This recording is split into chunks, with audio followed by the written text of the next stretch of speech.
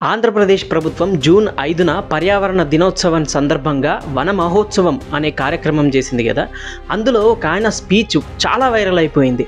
ఒక వృద్ధుడు చనిపోతే ఒక లైబ్రరీ కాలిపోయినట్టే మన వృద్ధుల్ని గౌరవించుకోవాలి, అలాంటి గ్రామీణ జ్ఞానాన్ని మనం సేకరించుకోవాలి సార్. చంద్రబాబు నాయుడు, పవన్ కళ్యాణ్ అతని గురించి గొప్పగా చెప్పారు. గొప్పగా అనడం కన్నా గర్వపడ్డారు అనడం కరెక్టేమో.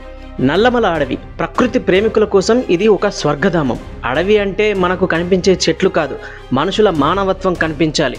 ఈ అడవిని శుభ్రంగా ఉంచుకునేందుకు ప్రతిరోజు కష్టపడే ఒక వ్యక్తి ఉన్నారు. మన నల్లమల అడవిలో దాగున్న జీవన శైలిని మేల్కొల్పిన వ్యక్తే కొమెర అంకారావు. అందరూ ప్రేమగా జాజీ అని పిలుస్తుంటారు. కొమెర అంకారావు పల్నాడు డిస్ట్రిక్ట్ మాచర్ల నియోజకవర్గంలో కారంపూడి వాస్తవ్యుడు. ఇతను టెలికమ్యూనికేషన్స్లో పీజీ చేశాడు. వారంలో 5 రోజులు ఉదయం కాకముందే అడవిలోకి వెళ్ళిపోతాడు. చేతుల్లో బస్తాలు, కానీ అవి తన బతుకు కోసం కాదు, అడవి శుభ్రంగా చేసి చెట్లను బతికించడానికి. ఉదయం 5 గంటలకే జాజీ తన బైక్పై ఖాళీ బస్తాలతో అడవిలోకి వెళ్ళిపోతాడు. అక్కడ పిక్నిక్కి వచ్చిన వారు వదిలేసిన ప్లాస్టిక్, సీసాలు, బాటిల్స్, కవర్లు వంటి చెత్తను సేకరిస్తూ ఉంటాడు. ఇప్పటి వరకు జాజీ చాలా ట్రక్కుల చెత్తను అడవిలో నుంచి తొలగించినట్లు చెబుతున్నారు. ఆయనకిది 14 ఏళ్ల వయసులోనే వచ్చిన ఆలోచన అంట. ఆయనకు ప్రకృతి పట్ల ఉన్న ప్రేమే ఈ కృషికి ప్రేరణ. దాదాపు 30 కిలోమీటర్ల దూరం నడిచి ప్లాస్టిక్ ఎత్తుతూ తిరుగుతూ ఉంటాడు. ఎందుకంటే ఈ అడవి మన సొంతం అనే బాధ్యతతో. చెత్త అటవీ పర్యావరణాన్ని నాశనం చేస్తుంది, అరుదైన మొక్కలను ఎదగకుండా చేస్తుంది. ఆయుర్వేద మూలికలు, వేర్లు, ఆకులు ఇలా పూర్తి మొక్కలనే నాశనం చేసేస్తుంది. పక్షులు భయానికి గురవుతాయి, అటు ఇటు తిరిగే జంతువులకు హాని కలిగిస్తాయి. కాలువల్లో కలవడం ద్వారా పశుపక్షాదులు తాగే నీళ్లు కలుషితమై ప్రాణాలకు ముప్పు కలుగుతుంది అని అంటాడు జాజీ. ఎంత చెత్త ఏరివేసినా మర్నాడే మళ్ళీ అదే స్థితి తీసుకువస్తున్నారని ఆవేదన వ్యక్తం చేస్తున్నాడు.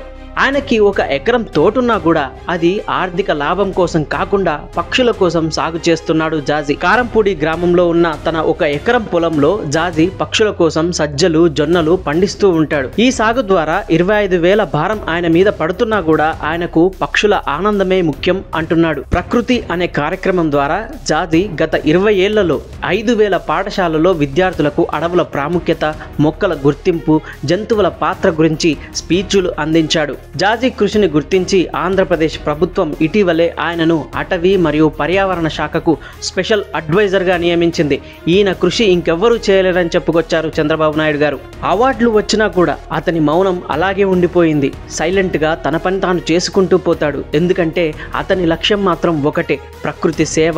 ప్రజలకు స్ఫూర్తినివ్వాలి, ప్రకృతిని ప్రేమించడం కాదు, కాపాడడం అసలైన ప్రేమ అంటాడు జాజీ. జాజీ లాంటి వ్యక్తులు ఉన్నారంటే అడవులకు ఏ డోకా ఉండదు. జాజీ కథ మనకు ఒక స్ఫూర్తి. ప్రకృతి పరిరక్షణ కోసం ప్రతి ఒక్కరూ తమ వంతు కృషి చేయాలి. జాజీ లాంటి వ్యక్తులే కదా మన భవిష్యత్తుకు మార్గదర్శకులు. ఇలాంటి ఇంట్రెస్టింగ్ టాపిక్స్ మళ్ళీ మీ ముందుకు తీసుకువస్తూనే ఉన్నాను. ప్లీజ్ సబ్స్క్రైబ్ చేసి సపోర్ట్ చేయండి. అండ్ వీడియో నచ్చితే లైక్ చేయండి, కామెంట్ మాత్రం ఖచ్చితంగా చేయండి. జాజీ మీద మీ అభిప్రాయాలను కూడా కామెంట్ చేయండి.